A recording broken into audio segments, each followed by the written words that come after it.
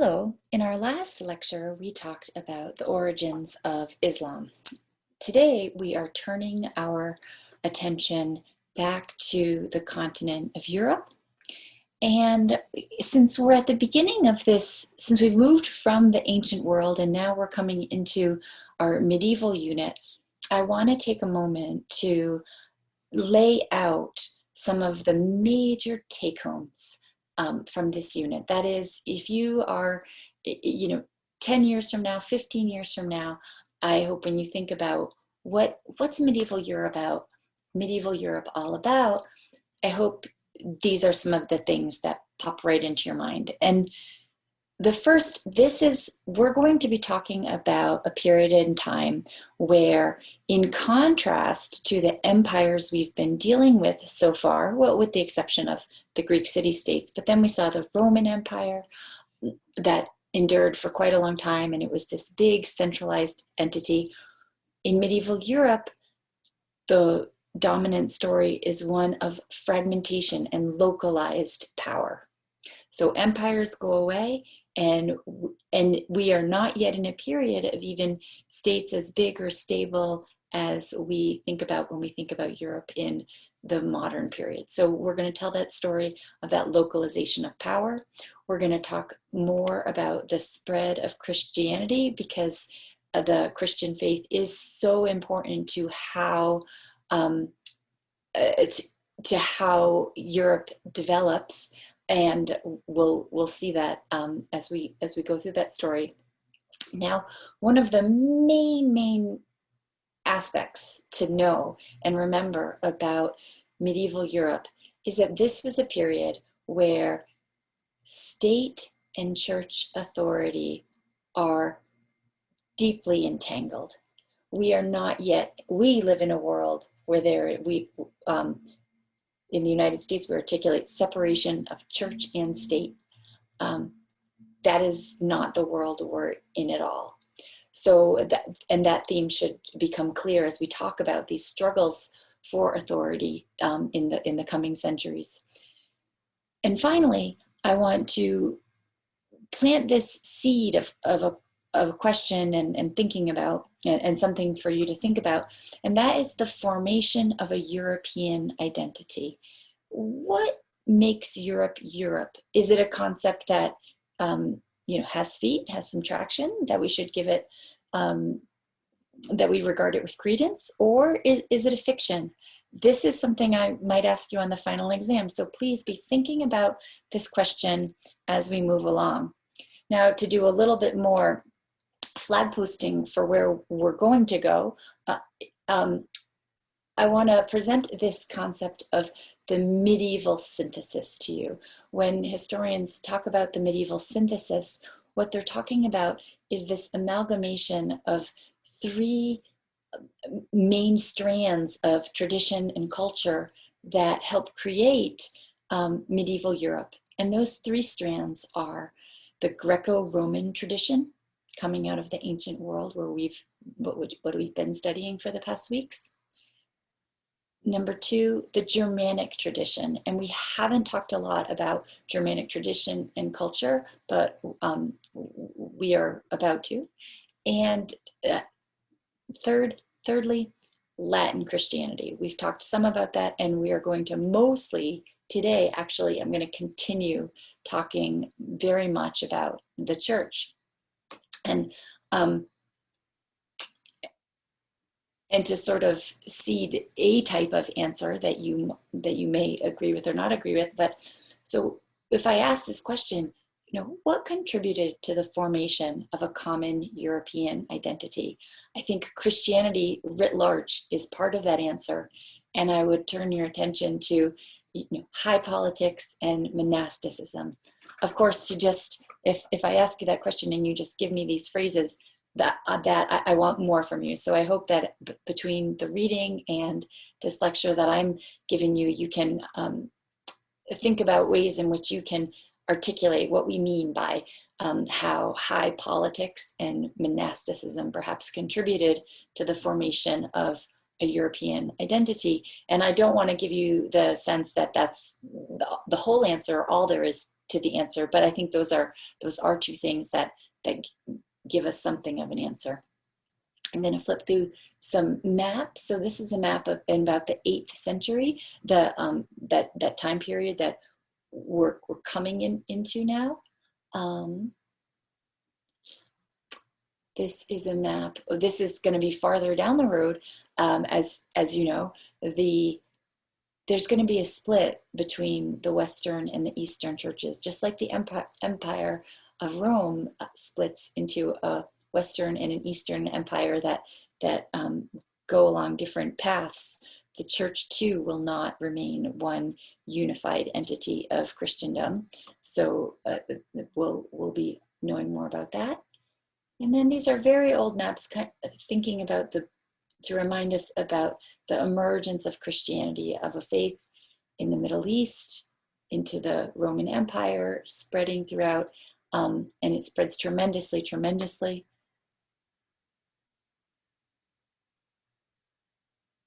And this right here, but now before I go into the components of religion that I want to talk about, thinking both, and those components are going to be talking about theology, talking about the papacy, and talking about monasteries. But before I do that, I want to come back into a bit of the political context, the story in which the context in which Augustine of Hippo lives. Now, when many people and historians talk about the end and the demise of the Roman Empire, they talk about barbarian invasions. Or if not invasions, they talk about these migrations that infringed on the border integrity of the Roman Empire, and that these great migrations created such strain, it contributed to the demise of the Roman imperial order. Well, I want to share with you the words of Peter Brown, who is a very august and distinguished historian. And in a very laudatory review that he just wrote just the other week in of a book called The Tragedy of Empire, From Constantine to the Destruction of Roman Italy by Michael Kulikowski, Peter Brown puts it this way. He says, "The first Roman Empire did indeed fall, but only in its western parts, leaving the Eastern Empire to enjoy a later late antiquity of remarkable creativity." That's not anything we haven't heard yet so far. Second, that the Western Empire succumbed to no grand waves of destruction set in motion by irresistible forces. There was no murderous onslaught of barbarian tribes and no landslide of refugees escaping the arrival of Huns from Central Asia. Nor had there been any dramatic economic recession. That's different from what we read in our textbook. The Western Empire was trashed by its own top brass. Civil war alone caused its fall. In the words of the proverb, the fish rots from the head downward. During the 4th century, competing emperors fought each other in murderous civil wars. More Romans died in the killing fields of the Danube, where the armies of the East and West clashed on behalf of rival emperors, than were ever killed in the course of the so-called barbarian invasions. In the 5th century, civil war slipped easily into warlordism, as leading Roman generals and their armies clashed for control of provinces rather than entire continents. Warlordism, not any great movement of peoples, was the political virus that brought down the Roman Empire in the West. And he continues just a little bit. I'll share this with you.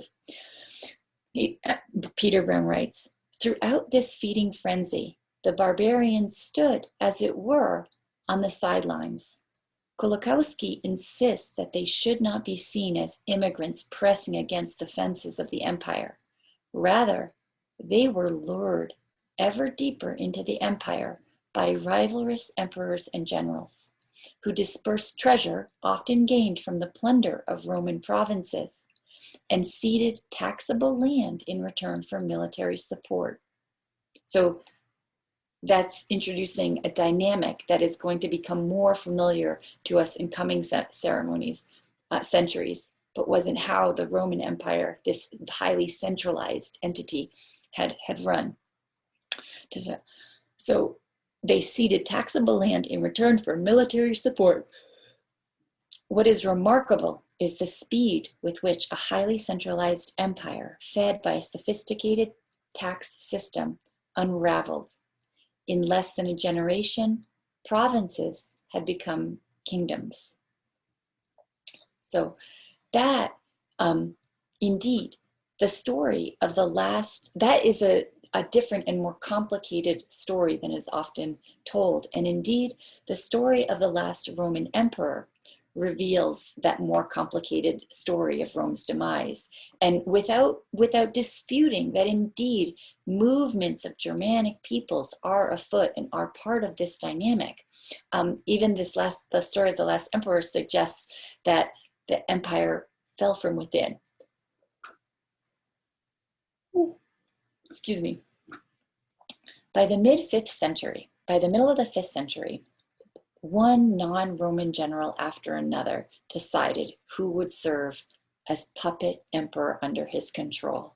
That as Roman armies began to interact with, out at the borders, with Germanic tribes, they quite often incorporated them, contracted them to do work, brought them in as federati into the empire.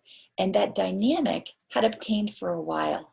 And to the extent that you had non-Roman generals deciding who would serve as puppet emperor under his control. The employees were running the company, essentially. And the last such unfortunate puppet was only a child.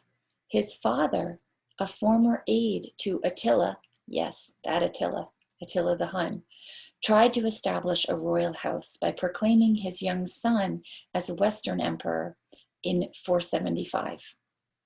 He gave this boy ruler the name of Romulus Augustulus, invoking the first Roman emperor Augustus, and with that ulus meaning little, and to match his young age. In 476, following a dispute over pay, the boy emperor's non-Roman soldiers murdered his father and deposed him. The rebels' leader, Odoacer, who was raised as a Germanic person raised as an Arian Christian, did not appoint another emperor. Instead, he had the Roman Senate petition Zeno, the Eastern emperor, to recognize his leadership, and they granted him Roman patrician status in return for acknowledging him as, in turn for acknowledging Zeno as the sole emperor over the West and East. And so that is the sort, rather than some huge invading army, it was more of machinations at the top and in a guard in the military ranks that were already close to and surrounding power. So it's into that context, and I know we've taken us back in time to the end of Rome quite a bit, that I wanted to lay out for us as I talk a little bit more now about Augustine of Hippo. And what I want to do here is, now I'm turning to this theme of the development of Christianity and the development of the Latin, remember we say Latin, we mean Western Church, in Europe. And I'm going to do that in not an entirely schematic, I'm going to do that in a way where I just sort of pick these three aspects of that development and pause on them a little bit. And those three aspects are the elaborating a little bit on theology and the contributions of Augustine of Hippo.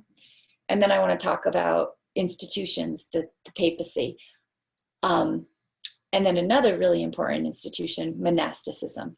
So that's kind of the way in which I'm going to take us through some highlights of this story of the formation of Christendom.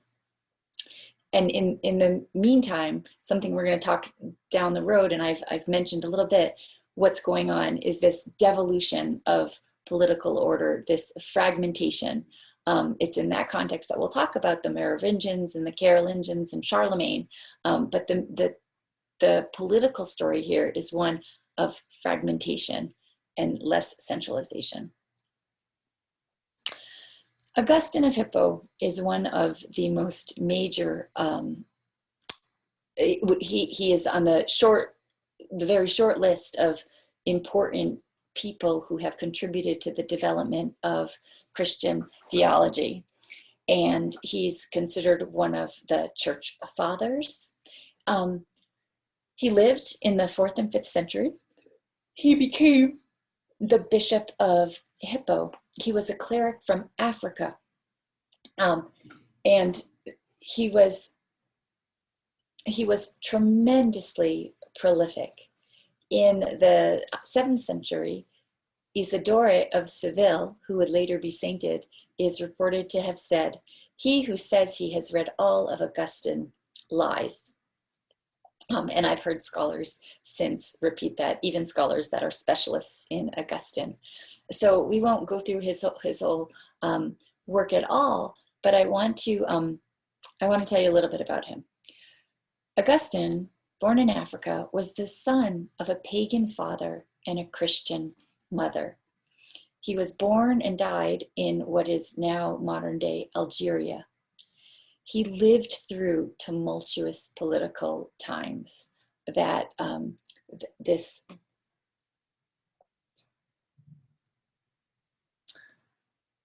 map that I show you here down on the green, here's Hippo, there on the northern coast of Africa.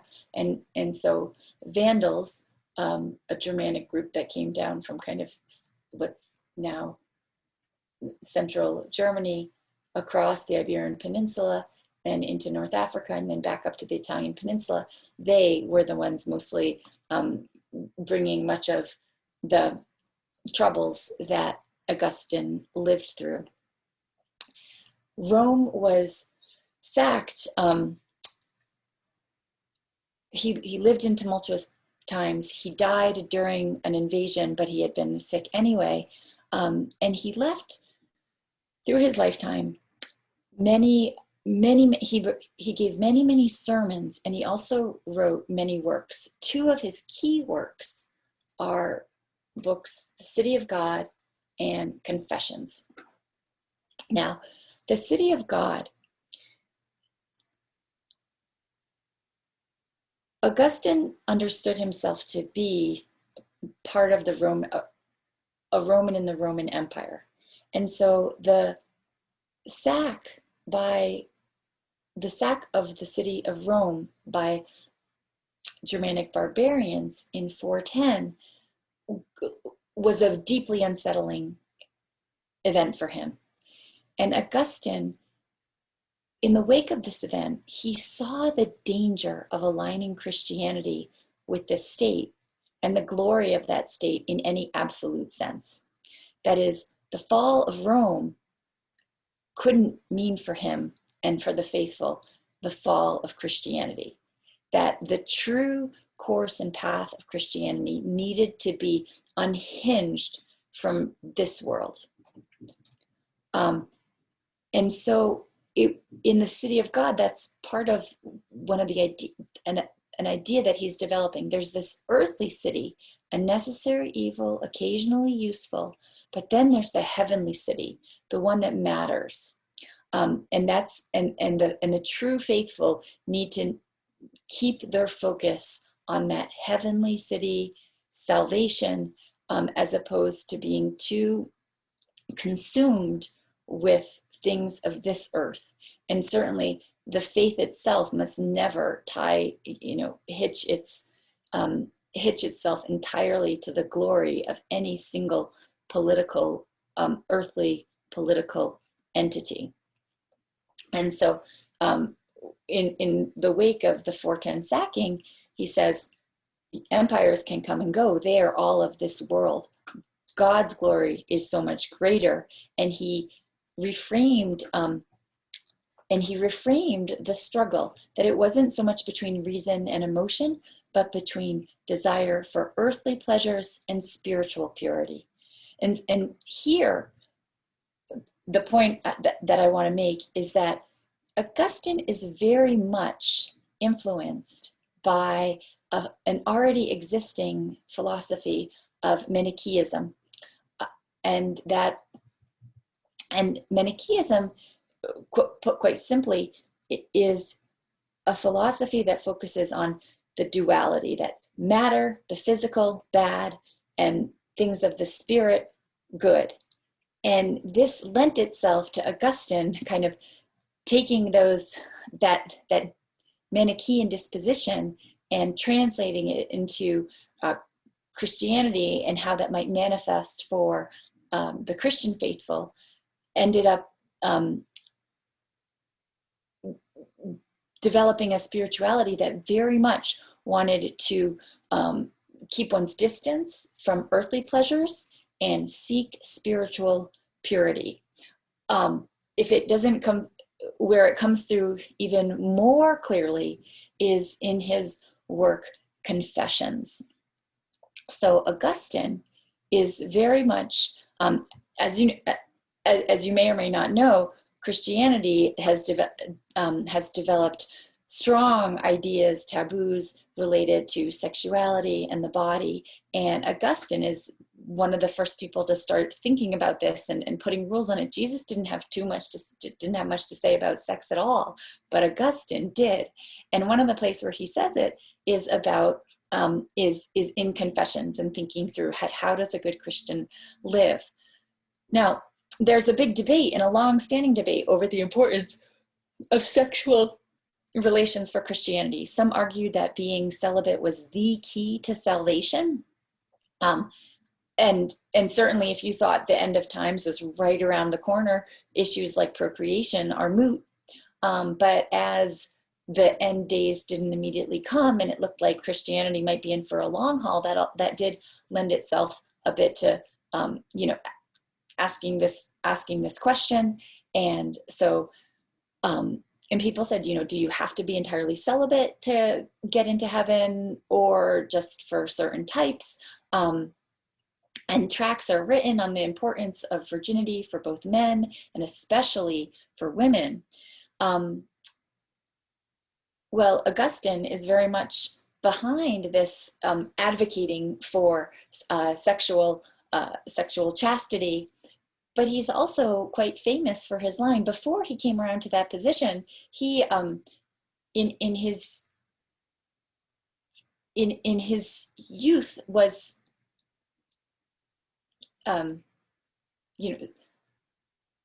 sowed his wild oats and didn't observe that sort of chastity at all. And he's famous for this line in the Confessions that says, "Da mihi castitatem et continentiam, sed noli modo," which means, Lord, grant me chastity and continence, but not yet. And Augustine has been tremendously influential. And when I think about Augustine, one of the kind of take-home lessons personally is beware the fervor of the converted. He counseled that which he did not always live himself, at any rate. So those are a few words about Augustine, and a tremendously important, one of the patristic period church father, who's writing down the exegesis and the tracts that continue, that define doctrine and theology for Christians. Now, let me say just a couple of words about the papacy. Again, kind of keeping us in context. As we talked before, lots of questions to sort out about Christianity, including who is going to lead. The answer that Christians come up with is the papacy. And the Pope, it will be the head of the church, and then there's a supporting structure of bishops in various in various reigns. Now, the East and West will work out slightly different answers to this. Initially, there is this widespread recognition that the Pope in Rome is on this idea of apostolic succession, passing down from Jesus to Peter to subsequent leaders in the church, that the Pope in Rome is the head of the church on earth, and that other bishops, an important part of that developing structure, are they're also high-ranking leaders, but the Pope is kind of the first among equals. Now, in the East, in Constantinople, there's a patriarch who is more clearly subordinate to the emperor, the Byzantine emperor. We'll start to refer to him as, and it's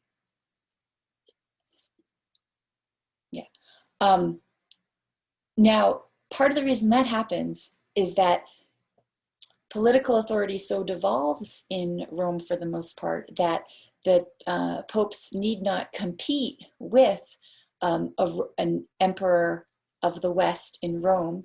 By the end of the 5th century, even you've got emperors that aren't always in Rome, and then they go to Ravenna under Odoacer. So the Pope in Rome doesn't have to deal with that political power struggle, and he is kind of acknowledged as the leader of the church, and so those circumstances contribute.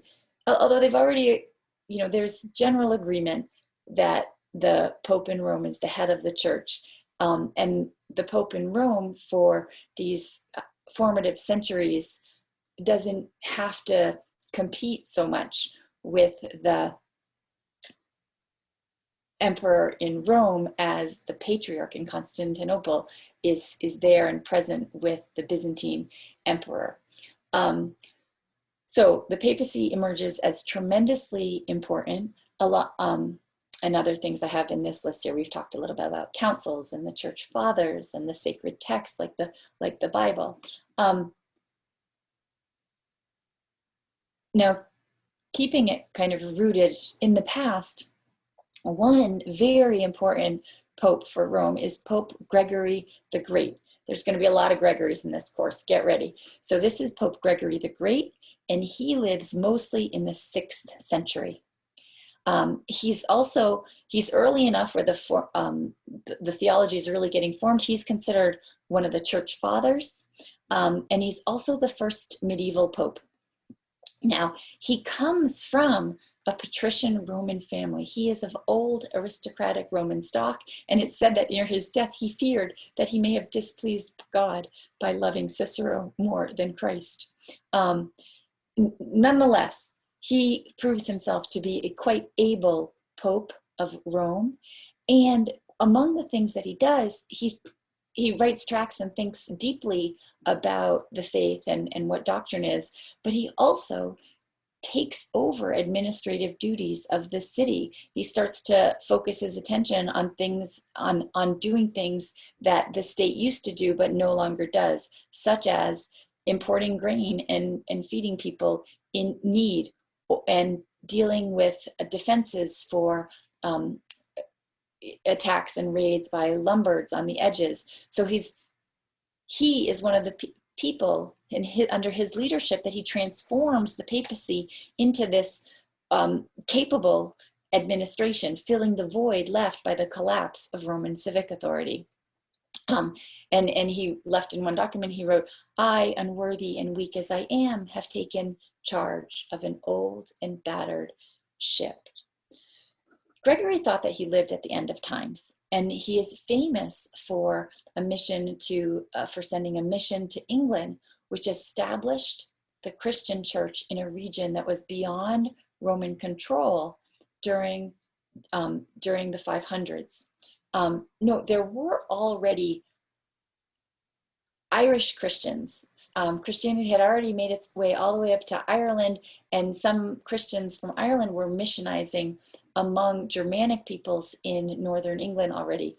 But Gregory is behind sending kind of his people up there to spread Christianity in these distant places, far from the troubled times of Rome.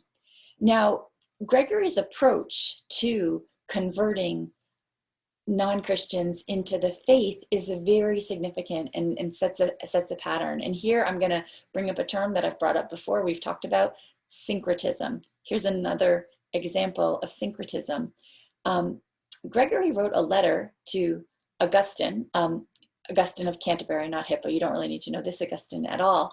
But in one of his letters, giving guidance on how to draw people into the faith, he writes, quote, "The idol temples of that race should by no means be destroyed, but only the idols within them.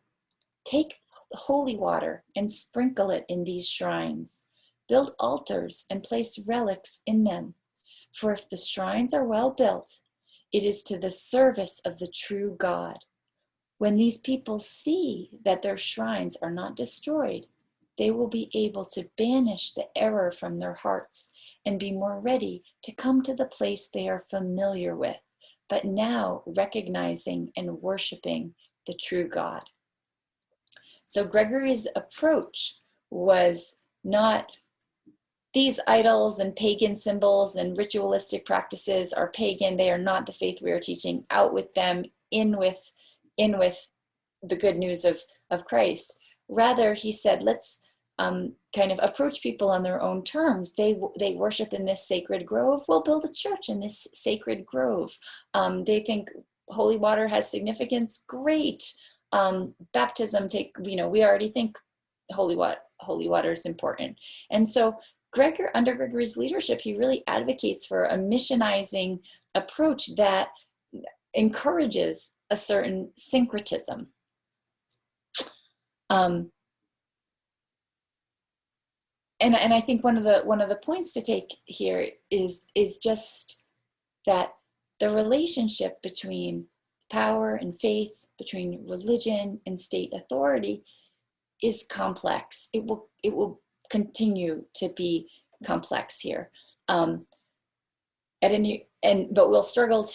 we'll work to understand it to the extent we can, because the development of the Christian Roman Empire is incredibly significant for Western Europe and Byzantium, even as it is not the sum total of Christian history. So those are a few words about how the papacy is structuring itself and really developing a leadership role, kind of advocating and supporting missionary projects. Most of those missionaries that go are monks. And so now I want to turn our attention and talk about monasticism. And we've already been a little bit introduced to monasticism, right? That monasticism for the most part begins in the 4th century. And perhaps it really gets going in the 4th century once Christianity ceases to be persecuted and becomes a more protected and even ultimately the state religion. That path of martyrdom, which in Christianity's earliest centuries was so celebrated. There was even among many Christians this idea that's what a real Christian does, is die for Christ. You had Ignatius saying, "I am God's wheat." Tertullian, "The martyr's blood is the seed of the church." And that was and that may well have been a fine way of approaching it when Christians were persecuted. But once they were no longer persecuted, you had Christians start looking for different pathways, and monasticism becomes a critical and central one of those.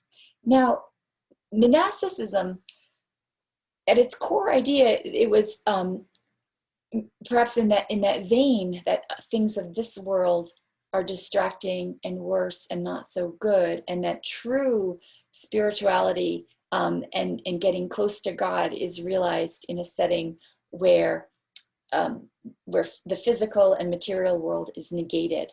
And so one of the animating impulses of the first monks were to separate themselves from things of this world. And we actually have two different monastic traditions that develop. The Eremitic monastic tradition that first appears in the 3rd century. So even prior, while Christians are still persecuted, Eremitic think hermits. These people go off in isolation and they want to be alone. And people like Anthony, who lived in the 3rd century into the 4th century. Simeon the Stylite lived in the 4th and 5th century. And so there was that Eremitic tradition. But quite soon in the 4th century, we start to see a different type of tradition, a Cenobitic monastic tradition. And when we say Cenobitic, we mean these are people that said, we want to be isolated from the world, but we don't want to be totally by ourselves. Like pandemic life, not for them if they're all by themselves. We want to be with people. And so Cenobitic monks kind of separated themselves from the world, but in communities. And this became the kind of standard, powerful, many times over replicated model of building spiritual communities. And there was this idea that monasteries served, they would serve society is an emerging idea, and particular monasteries and particular orders had their own missions, whether it was copying or whether it's gardening or whether it's being silent. There were different types of traditions. But in the 500s, what Saint Benedict of Nursia, an Italian monk, develops this rule. And by rule, what he meant is kind of laying out a disciplined order of how the day is spent, that when monks will eat, when they will pray, they will pray many times a day, matins, vespers, and they will pray according to a schedule, and they will do the work of the community. And the Benedictine rule lays this out. Well, that becomes the blueprint for many monasteries that will spread throughout Europe. So monasteries end up being tremendously important, both for the faith and also for their cultural implications, the intellectual implications, their socioeconomic role.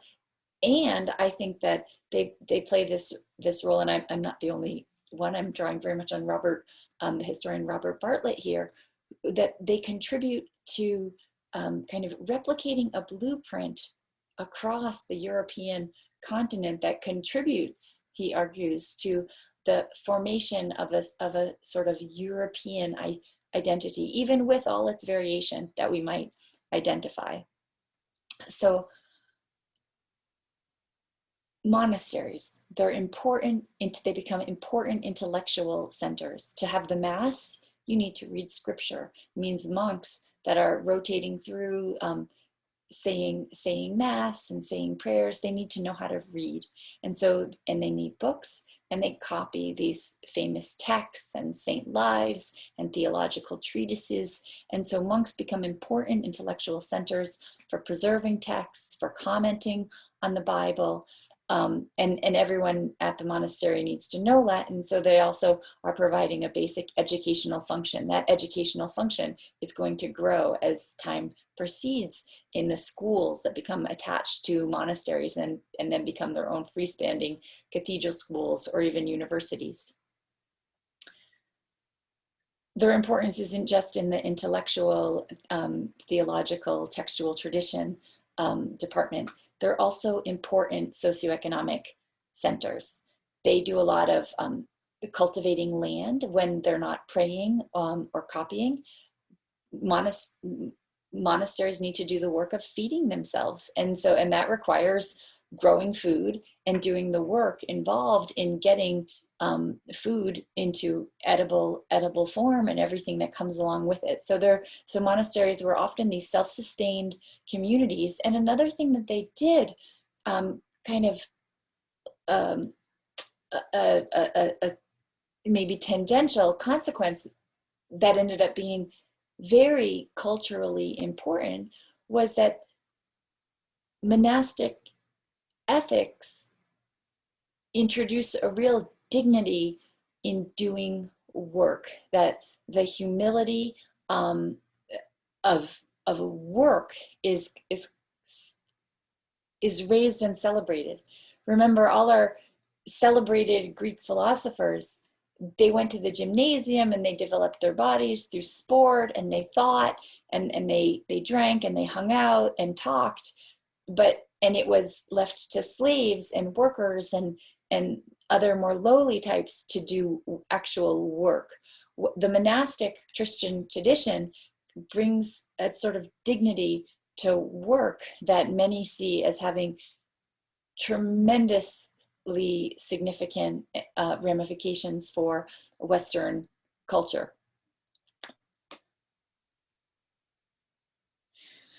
They also become important in a socioeconomic sense in that they they fill a void, and we'll talk about manorialism, and when we're talking about monasteries and when we're talking about other lord estates. So we'll get there. But also, as Christians are devout and as Christians are devout and are thinking about their salvation and wanting to do things to please God, one thing they'll often do is make gifts to the local church, and every monastery had a church and the local monastery. And in this way, monasteries become tremendously wealthy. So they are really in a position to provide that socioeconomic aid to the needy, and not all, but many monasteries across Europe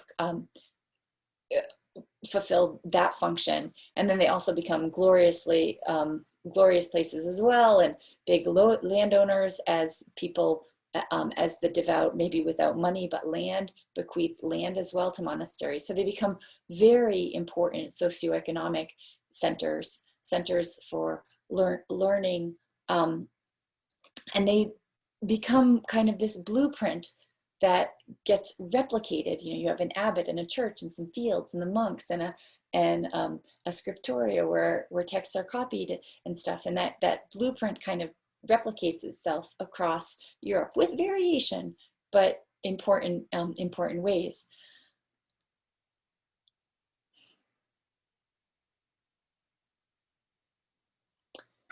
Now, monasteries become sort of semi-independent institutions that popes want to make sure are towing the line and teaching the right theology and recognizing the Pope as the head of the church, just so things don't get out of hand. We're going to see a lot of struggle along those lines, but that is a dynamic that goes too. And so when we talk about where Dominicans and Cistercians and Augustine orders come through, we're going to engage with that sort of tension between monasteries and monastic orders as these semi-autonomous institutions that need to be subordinate to papal authority.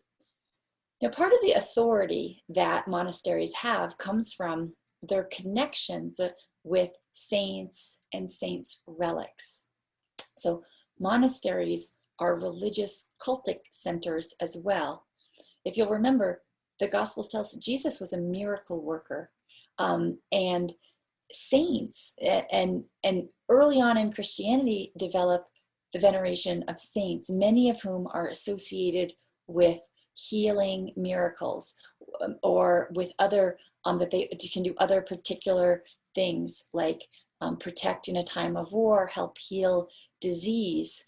And so monasteries end up having particular saints that they especially venerate, and maybe have relics that they possess that lends them a certain cachet and spiritual authority, and dynamism, charisma, that people make trips to come and see. And so here now I want to move and wrap up with moving from this, monasteries are this important institution, and these are the ways in which they contribute to forming a European identity, or this is how they function, to now kind of stepping in a slightly different direction and thinking about, how do people worship? How does one be a Christian in medieval Europe? And one of the ways, and this through the veneration of relics I want to talk about right now, gets us a glimpse of both one of the things that are going on at an awful lot of monasteries, as well as how normal people, or how people, not elites, not necessarily intellectuals, not people that live there all the time, but how medieval Christians practice their faith. So I want to talk a little bit about relics, and one of the take-home points I'm getting at here is looking at this form of religious practice, the veneration of relics, that illustrates a type of piety we might see as hybrid. We've talked about ancient religion that was very much about the performance of ritual. Diocletian may have been married to a Christian and persecuted Christians horribly. Why? Because the Christians refused to perform the state rituals. He didn't care what they believed inside their hearts, but you needed to perform the rituals.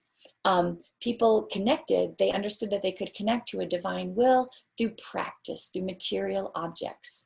And at the same time, however, and we started talking about this when we talked about mystery cults, one of the developments historians see is a beginning to focus on one's inner state, emotion, mysticism, inner ethics. So one's disposition, manner, inner life, thoughts matter as well.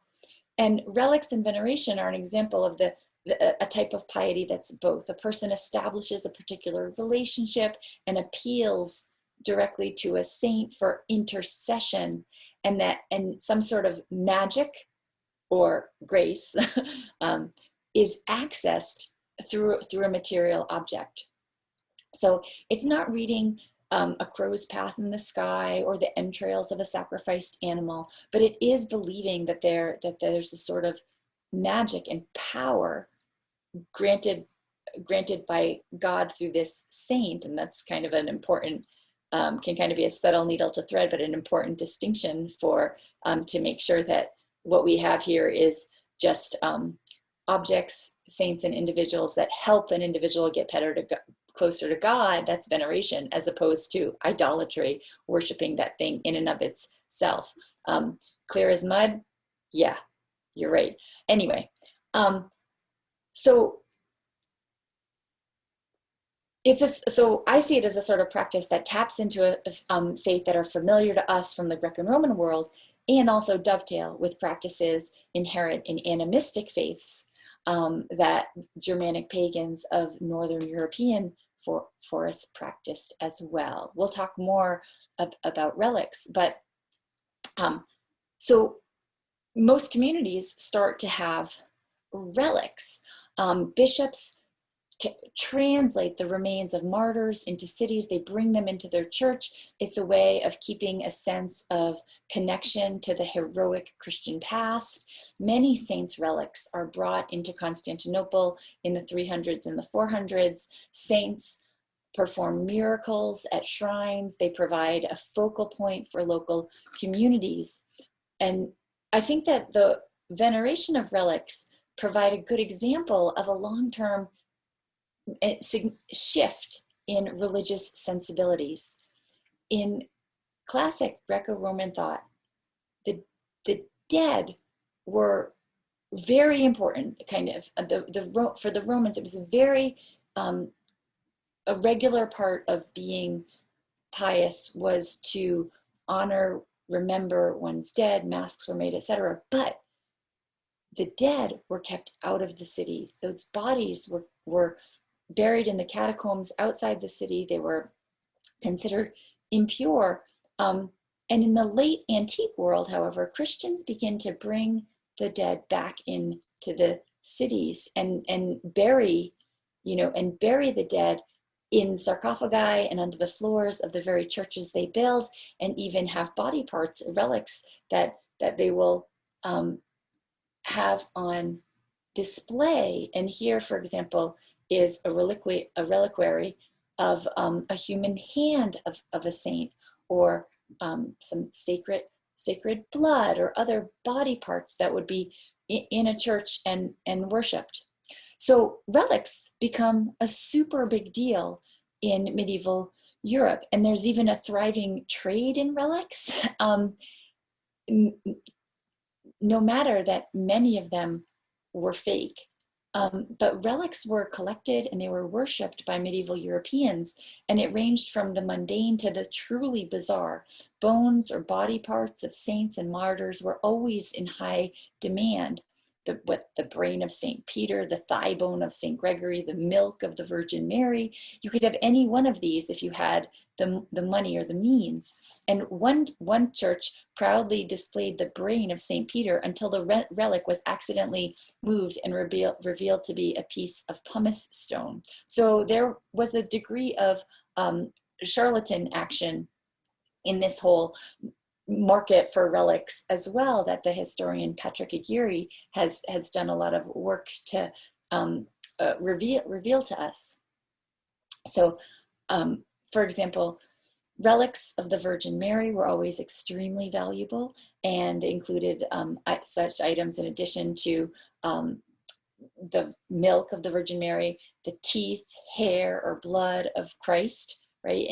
But it had to be that sort of thing because, of course, Christ was the belief is he ascended into heaven in whole body, so you can't have any of his body parts hanging around that weren't, regenerative. Teeth, hair, pieces of the true cross, samples of the linen Christ was wrapped in as an infant. Monks at a monastery in Chirac claimed to possess Christ's foreskin from when he was circumcised, but this claim faced a challenge from a rival foreskin of Christ that was on display in a different church in Rome. Now, the biggest clue that relics were sometimes fake, was that there was often more than one, and many more than one. When we get into the Reformation, we'll see how certain church reformers really took some cynical jabs at the relic trade as an indication that, hey, something isn't right here, and we need to kind of do a lot of reforming in terms of how we think we get close to God and earn salvation. Now, but the point, and the point I want to make here is the one that Patrick Aguirre has made, that relics become important. They have charisma. Communities compete for them, and the market trade, and that we have markets in relics, and a trade and a travel and communication that kind of links different Christian communities with their particular relic in a sort of a web of Christendom. Now, and I'll just end with